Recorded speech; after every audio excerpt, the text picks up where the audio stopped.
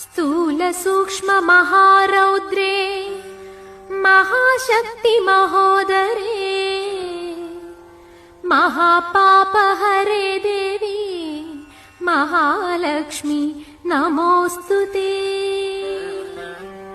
पद्मासनस्थिते देवी परब्रह्मस्वरूपिणी परमेशी जगन्मातः महालक्ष्मी नमोऽस्तुते।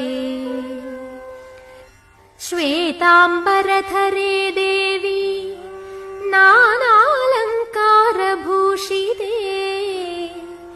जगत्स्थिते जगन्मातः महालक्ष्मी नमोऽस्तुते।